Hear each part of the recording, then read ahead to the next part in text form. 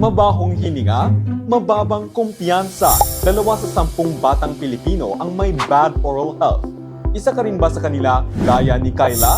Neglecting oral hygiene leads to the development of many diseases such as tooth decay, oral cancer, and many more. When teeth are sick, they usually become sensitive to cold or hot water. Stains and cavities appear on them.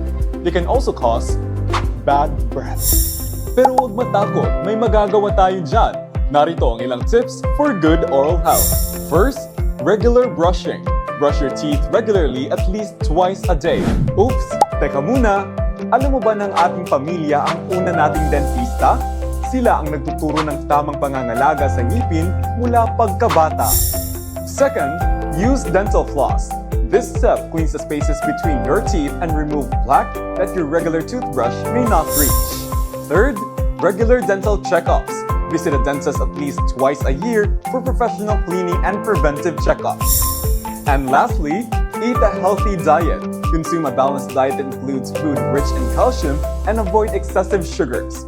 Remember, sugar away para walang tooth decay. Maging responsable sa pangangalaga ng iyong ngipin at gilagid dahil ang pagkakaroon ng mabuting oral health ay nakalalakas sa iyong ngipin at nagpapataas ng iyong kumpiyansa para sa isang ngiti na laging 70-20. Hashtag magkaisa ngayong National Oral Health Month. Sama-sama nating itaas ang kamalayan tungkol sa tamang oral hygiene.